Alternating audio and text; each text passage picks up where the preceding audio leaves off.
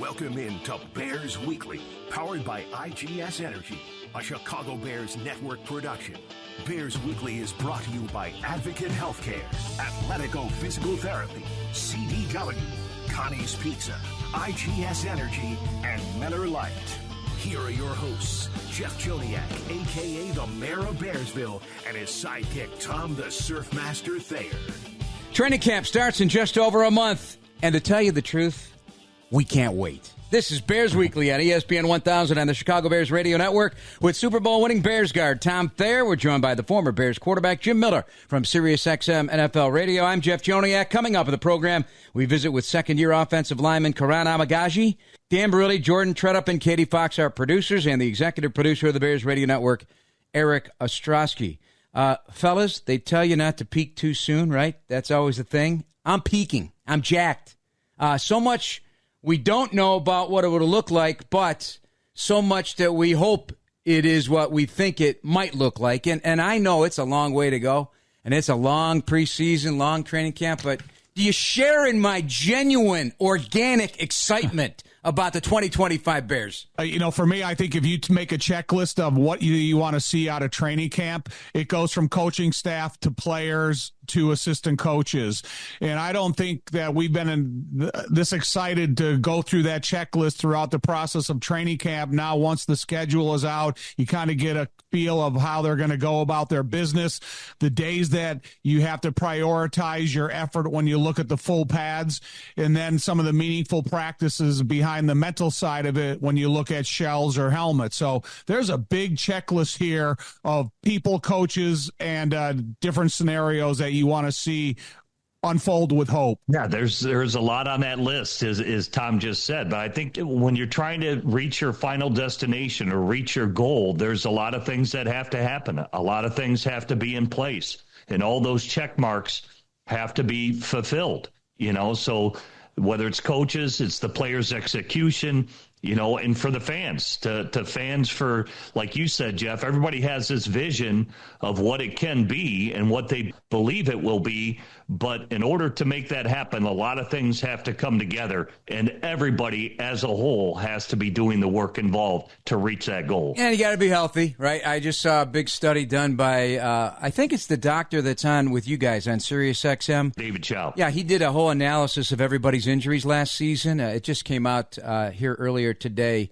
And, of course, Baltimore, over the years have had a lot of injury issues that may have hurt them in the run game or whatever the position may be. They were the healthiest team by far in the NFL last season, and they're a complete football team, and he feels they will be a Super Bowl contender, and they should be with Lamar Jackson and that defense. Just the opposite, you got San Francisco, just riddled with injuries. Carolina had a lot of injuries. So if these teams, X, Y, and Z, stay healthy, they should be a better team. And that would go for the Bears as well. Obviously, the offensive line experienced a lot of injuries last season, Tom. They got to stay healthy this year. We need as much continuity up front as possible. But if there was a perfect plan in place of how to keep a team healthy, every single team would be doing that. Now, because you had a healthy year, do you think that's the template of success and that's the way you're going to go about business until further notice? Or if you had a lot of injuries, are you going to kind of change the process and the tempo that you practice at to maybe try to save some guys? You got to look at the guys that have been injured. Have they been injured before? There's a couple guys on my checklist that seem to get injured each and every year from other teams around the league. And no matter what you do, something happens to them. And then you have to start looking at the bodies. Okay, do I have a guy that's weighing in at 260, but really, if he was a normal walking human being on the streets, that he would be 225? And then he's got his body wound so tightly that you can't have the fatigue and the physicality of the game and everything that you need in order to be that guy that's relied upon for 60 to 75 reps a game. Can they take it? So there's a lot of different factors that come into play when you look at some of these guys, some of their injuries, and the teams, the way they go about business. Jim, can I ask you a question real quick, Jimmy? Because you always embrace, you go to Latrobe, you watch the Steelers practice, and those are very physical practices. They're tackling to the ground. They can only be in so many days of pads. That's the league rule. the union rule. Is there any criticism that, though, as you get to the end of a 17-game season? Because if you guys remember, they had physical practices by the end of the season. I always recall the conversation being, well, maybe they overdid it early in the season and it wore them down. They didn't have enough legs to finish a season. I don't know if you guys buy into that. Jimmy, what do you think about especially the Pittsburgh thing? I think there's a balance. I think Pittsburgh uses it as a competitive advantage. I do. They are much more physical than other teams that start the season. But there's a balance. There's always a balance in it. A coach has got to know, hey, got a lot of guys are banged up right now. We got some bumps and bruises. Let's back off a little bit. But to Tom's point, there are things you can do as a team that can collectively help or hurt the team. Say you're doing an exercise in the weight room where maybe you get a lot of hamstring issues, so the team has to look at how they're working out players, and then the player has to look at himself and say, hey, I need to do this to keep myself on the field. I'll give you a case in point and give the example. Tua Tagovailoa 2 years ago said, all right, I'm going to run less with the ball, and took jiu-jitsu and did all these things to defend himself. Last year, Pat and I do the training camp, and he got leaner. He lost weight. Oh, I'm going to run with the ball more. That's a bad idea for Tua to think that, okay? He ran literally 11 times. He fumbled 7 of them, number one. And 2, he missed the season because of concussions. He's got to know what he can and cannot do to protect himself as a player and not put himself in harm's way. And then, like Tom said, certainly there's going to be ebbs and flows to the season. Injuries are going to happen, and the ball has to bounce your way, so to speak, in certain things. But you need to do, not only collectively as a team, but individually as a player, everything you can to be available on Sunday for your team to win. So when I went to the USFL, we had no preseason games. We had 18 regular season games, and I was playing for George Allen. The same conversation infiltrated our locker room because we never hit. We rarely had contact, but we were on the practice field for a minimum of 3 hours. And so now the conversation at the end of the year, when we made it to the USFL championship game, we made it to the playoffs, and it was about fatigue. It's too much time on our feet. Yeah, we're not physical, but we're tired from standing out there so long. So if you win the Super Bowl, man, you're doing everything right, and this is the way to do everything. This is the blueprint of success. If you get beat in the Super Bowl or you don't make the playoffs because you're a little tired at the end of the year, that's the wrong way to do it. Listen, football is a sport that demands a lot out of every person, from coaches to players. There is no perfect formula of success. It's about if you're lucky enough to have a season that your roster's healthy, or you're unfortunate where you have a season where you have a lot of injuries. That's the great game of football. Yeah, and it's all delegated now. You only have like 15 practices in pads during the year. So you better get your physicality, your foundation, that base, like what Mike Tomlin does for the Steelers. He sets the tone early for them. Football players play football on Sunday. That's what they're paid to do. In order to get better at playing football, it's played in pads. It's played in pads, okay? And so you better delegate those 15 practices that you do get. If your team's not physical enough, you better utilize them early. If you're too physical and guys are banged up, then you back off of it. But you need to utilize them when necessary. It is football at the end of the day. Coming up, we visit with second-year offensive lineman Kiran Amegadjie. That's next on Bears Weekly on ESPN 1000 of the Bears Radio Network. You're tuned into Bears Weekly with Jeff Joniak on the Bears Radio Network. Welcome back to Bears Weekly on the Bears Radio Network. Here's your host, the voice of the Bears, Jeff Joniak. This segment of Bears Weekly is brought to you by Athletico Physical Therapy. Visit athletico.com to request an in-clinic or virtual appointment and start feeling better tomorrow. Jeff, Tom, and Jim here on Bears Weekly on your Thursday night. So coming out of the break, I mentioned the running back room, and let's dive in. So DeAndre Swift averaged 56.4 yards per game last season and just 3.79 a carry with 6 touchdowns. Roschon missed 3 games, just 55 carries. He had 6 rushing touchdowns, under 3 yards per average. Obviously, the running game wasn't what the Bears had hoped it was. DeAndre got close to 1,000 yards rushing. He's had 29 rushing touchdowns in his career, scoring at least 5 every season. And so let's just begin with those two. When you think about the 1-2 punch that Detroit had, Tommy, up there in Detroit with Ben Johnson, I hate to keep alluding to it, but we're going to use it as reference. What can they expect out of this running scheme, what we know at this early age, without seeing training camp with Dan Rochar on the running game? Well, I always think of running backs as a 3-down running back. What can they do on first, second, third down? But Ben Johnson said something really early in his time here with the Bears. He said he's got to find a running back that's willing to get the dirty yards. And I think that you can't overemphasize that, because there's a lot more dirty yards to be had in the NFL than there are those 50 and 60-yard explosive plays. So if you're willing to take your body size, your structure, lower your shoulder pads, hit into the line of scrimmage with a 2-yard running start, you'll probably get an extra 2.5 yards after contact. And so I'm not looking for unrealistic stats out of this running back group. I need 4 yards of carry out of the offensive running game. So when you look at these guys, they all have what it's going to take, but it's going to be about their evaluation of what's required of them on the down and distance that they're specifically in the huddle for. And that's where you get an indicator of who is going to be at the top of the list and how you filter it down. Yeah. I don't want them dancing. I don't want them wasting time. Like Tom said, get what you can get. Go north and south. Some guys try to manufacture and do too much. Follow and trust the blocks in front of you. It should be improved with the offensive line that the Bears have put together this offseason.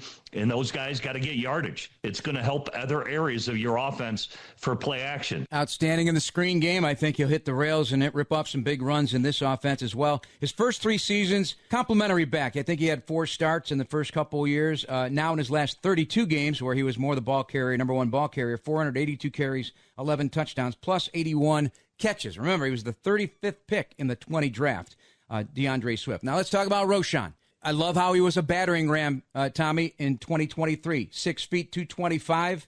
I'm sure he's even worked on his body even more here in the last couple of years, entering his 3rd year. 561 total yards as a complimentary back in that 23 season, and he led the Bear running backs in offensive snaps with 395, adding another 152 special team snaps. Overall, an impressive 254 after the catch in his rookie season. That's 7.5 yards per catch per route. One thing about Roschon Johnson is the most difficult thing for a running back is to learn how to block. And he doesn't really need to be taught that, because he's probably one of the best blockers the Bears have on the roster right now. But we'll see from some of the young guys they brought aboard. And one thing about that I always like about Roschon Johnson, you talked about DeAndre Swift being great in the screen game.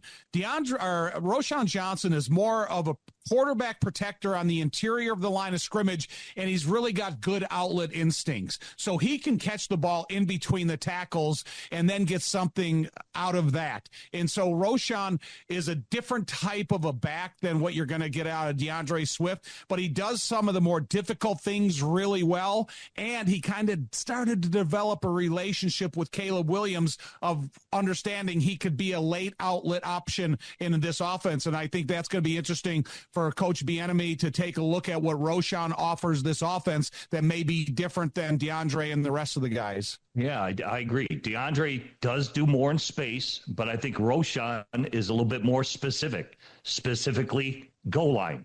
I don't want the ball handed to Doug Kramer. Give it to Roschon Johnson. All right. He's the bigger back who can pound it in there. Short yardage situations, give it to Roschon. I don't care. I don't think Tom cares if everybody in the stadium knows that Roschon's getting the ball. If everybody does their job, he should be able to get 1 yard.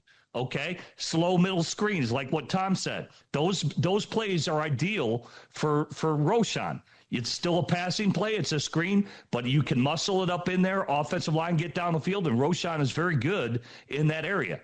Picking up blitzes. Roschon, he can be a bowling ball with a nickelback coming off the edge. Put Roschon on him. Hey, man, that guy will stonewall anybody coming off the edge.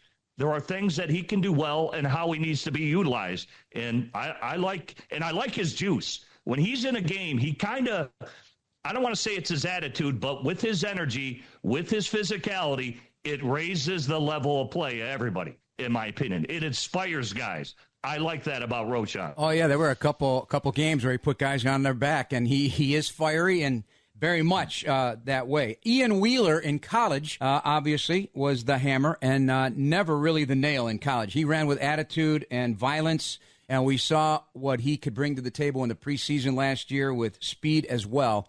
Tom, I know he suffered the ACL injury. It tore him up big time, but he's back. We interviewed him. We'll hear from him in a couple weeks on this show, but he's got a great attitude. Another thick back and just untapped potential. What do you think about Ian? One thing I like about Ian is got innate ability to see and visualize how the hole is going to open up. And he's the type of guy that he can make interior moves inside the line of scrimmage to make a linebacker miss or get that important extra 2 to 4 yards after contact. I like Ian Wheeler. I like his excitement, that his ability to go out there and compete. And I don't think you put him in a running back room and you make the running back room more competitive. You don't ever put him in a position room and think, oh, my position room didn't get any better. And I think if you increase the competition, it means a lot for every one of those guys, but I still like what I've seen out of Ian Wheeler in training camp last year. This guy's a jitterbug. He obviously has a ton of speed. You can utilize him in certain situations, sprint draws, space plays, wide receiver screens when you split him out, motion him out of the backfield. I think those are the best assets of Ian Wheeler because his speed is second to none, where he kind of just destroys angles of defenders. And so he's a different wrinkle that they can use out of the backfield. And so is Kyle Monangai. Can't wait to watch him in preseason here. 7th-round pick out of Rutgers, 5'9", 209. Led the Big Ten in rushing in 23, second behind Iowa's Caleb Johnson in 2024, and led the conference in rushing attempts with 256. Also was on punt block. He was on kick coverage. He was on punt coverage. And this quote I found in a story. I don't know who wrote it, but I had copied the quote. Be competitive around the guys around me in the room. That's what I like to show them. There's no chill way, no cool, chill way to go about it.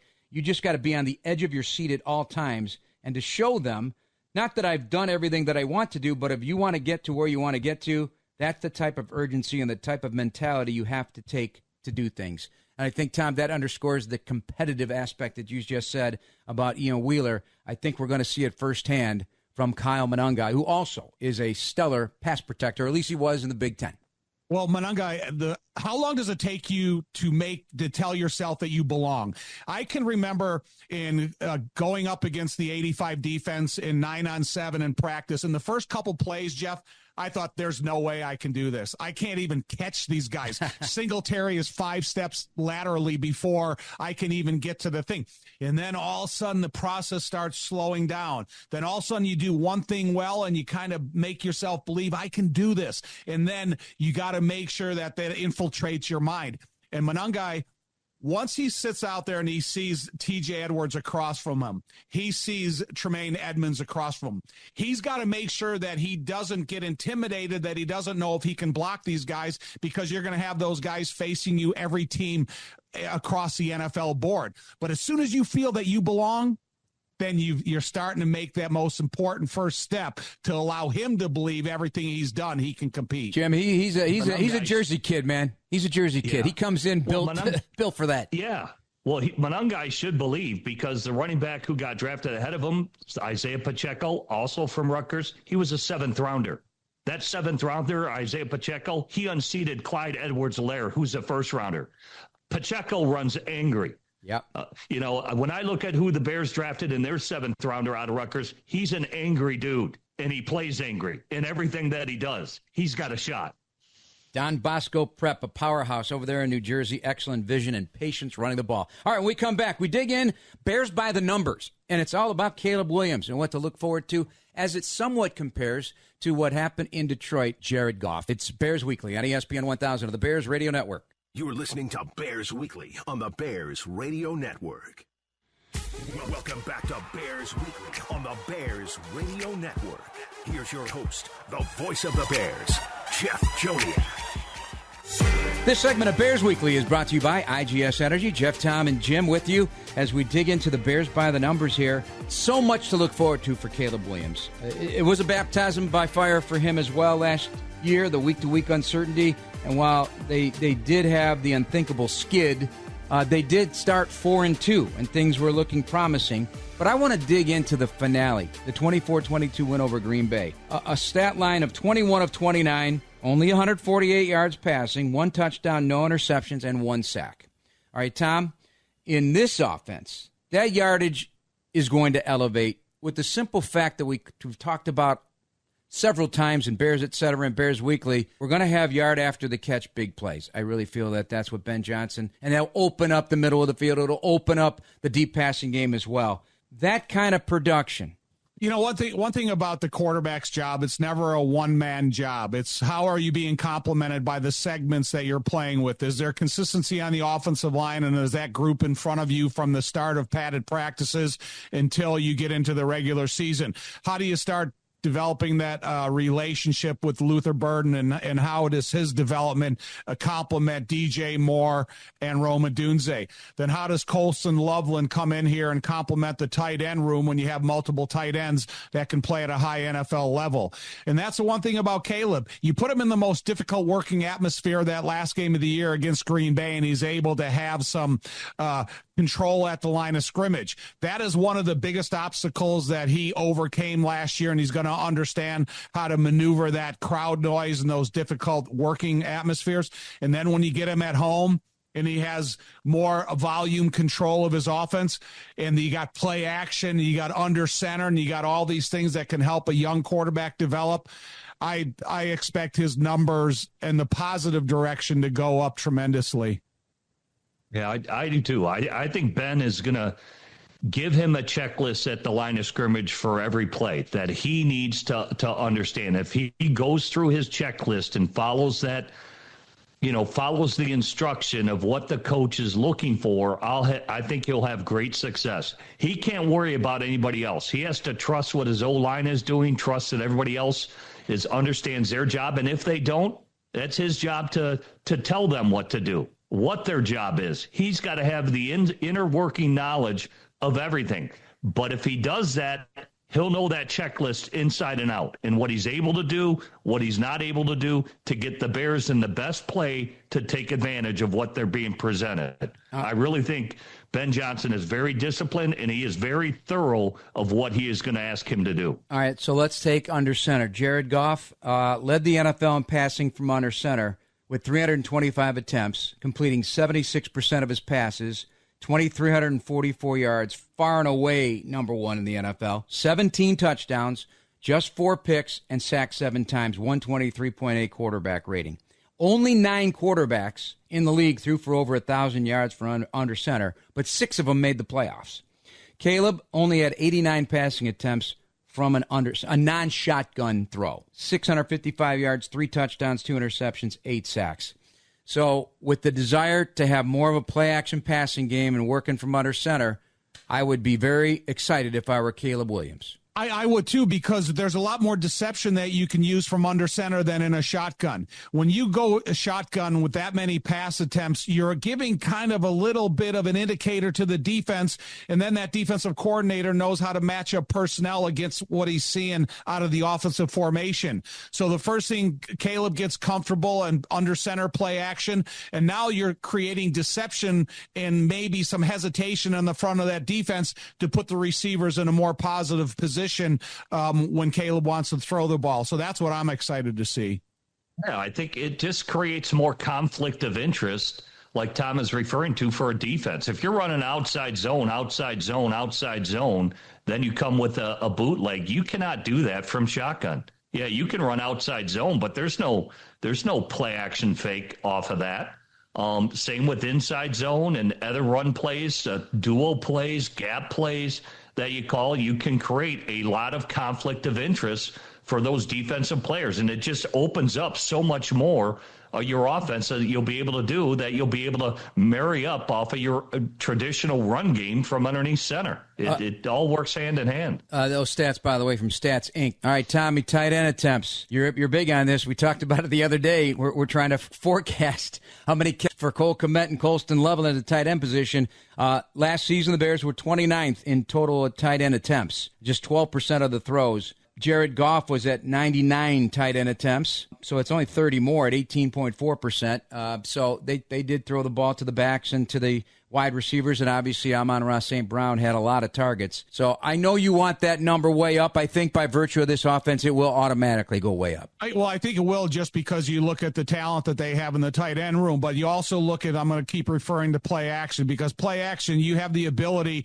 to have your tight end being able to help the tackle and then get out on that immediate and be one of the first or second options in that pass route. So it's not that you can't ask these guys to have double duty on a passing play. You encourage double duty. You give a more secure block to the offensive tackle, and then you still get them out in a route. And you get the ball into the hands of one of these tight ends at 4 to 7 yards and expect another 3 out of them.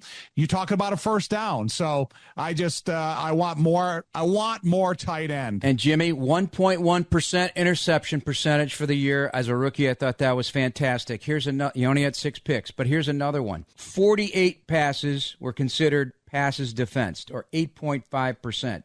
And that was on 562 throws. Anthony Richardson, for example, and we know how much difficulty he had. He only threw 264 passes. He had one more passes defensed than Caleb did in half of the amount of throws at 18.6% with 49 on 264 throws. Anthony Richardson, he can't identify coverage, and I think teams, they can script where you throw the ball. So Anthony Richardson is a very inaccurate quarterback. So when you're an inaccurate quarterback, what did the defensive coordinators want you to do? They want you to throw the ball down the field, because that makes you a more inaccurate passer, and they already know he's inaccurate. All right, one more segment to go. We get Tom's thoughts in segment number 5 here on Bears Weekly on ESPN 1000 of the Bears Radio Network. You're tuned into Bears Weekly with Jeff Joniak on the Bears Radio Network. This is Bears Weekly with the voice of the Bears for 24 years, Jeff Joniak on the Bears Radio Network.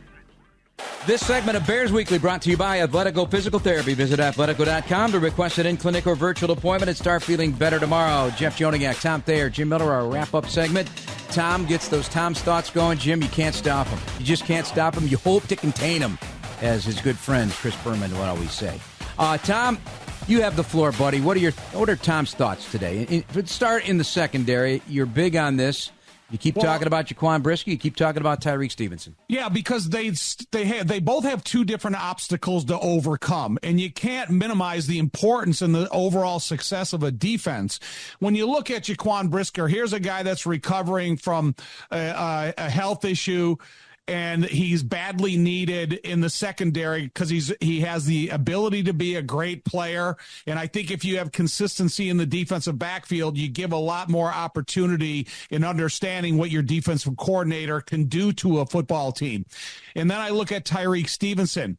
I think the conversation of the Hail Mary in Washington is over, but it's still not a non-topic of discussion around the football landscape. And Tyreek Stevenson, to me, he's got really, I think he's got great ability. I think he's the most physical defensive back the Bears have, but he plays one of the most fragile positions that you can have on a football team. So to me, as we talk about consistency in the offensive line, let's talk about consistency in the defensive backfield. And two of those guys is the play of Tyreek Stevenson and the on-the-field opportunity for Jaquan Brisker. Jim, the top 4 safeties, the Bears, all in their final year of their contract, so it's going to be an internal competitive thing going on to try and get that next deal, either with the team or somebody else in addition, too. So that's another important year for Jaquan Brisker, for sure. Yeah, I think for every player, you're right. Not only the contract year players, but this is a new coach.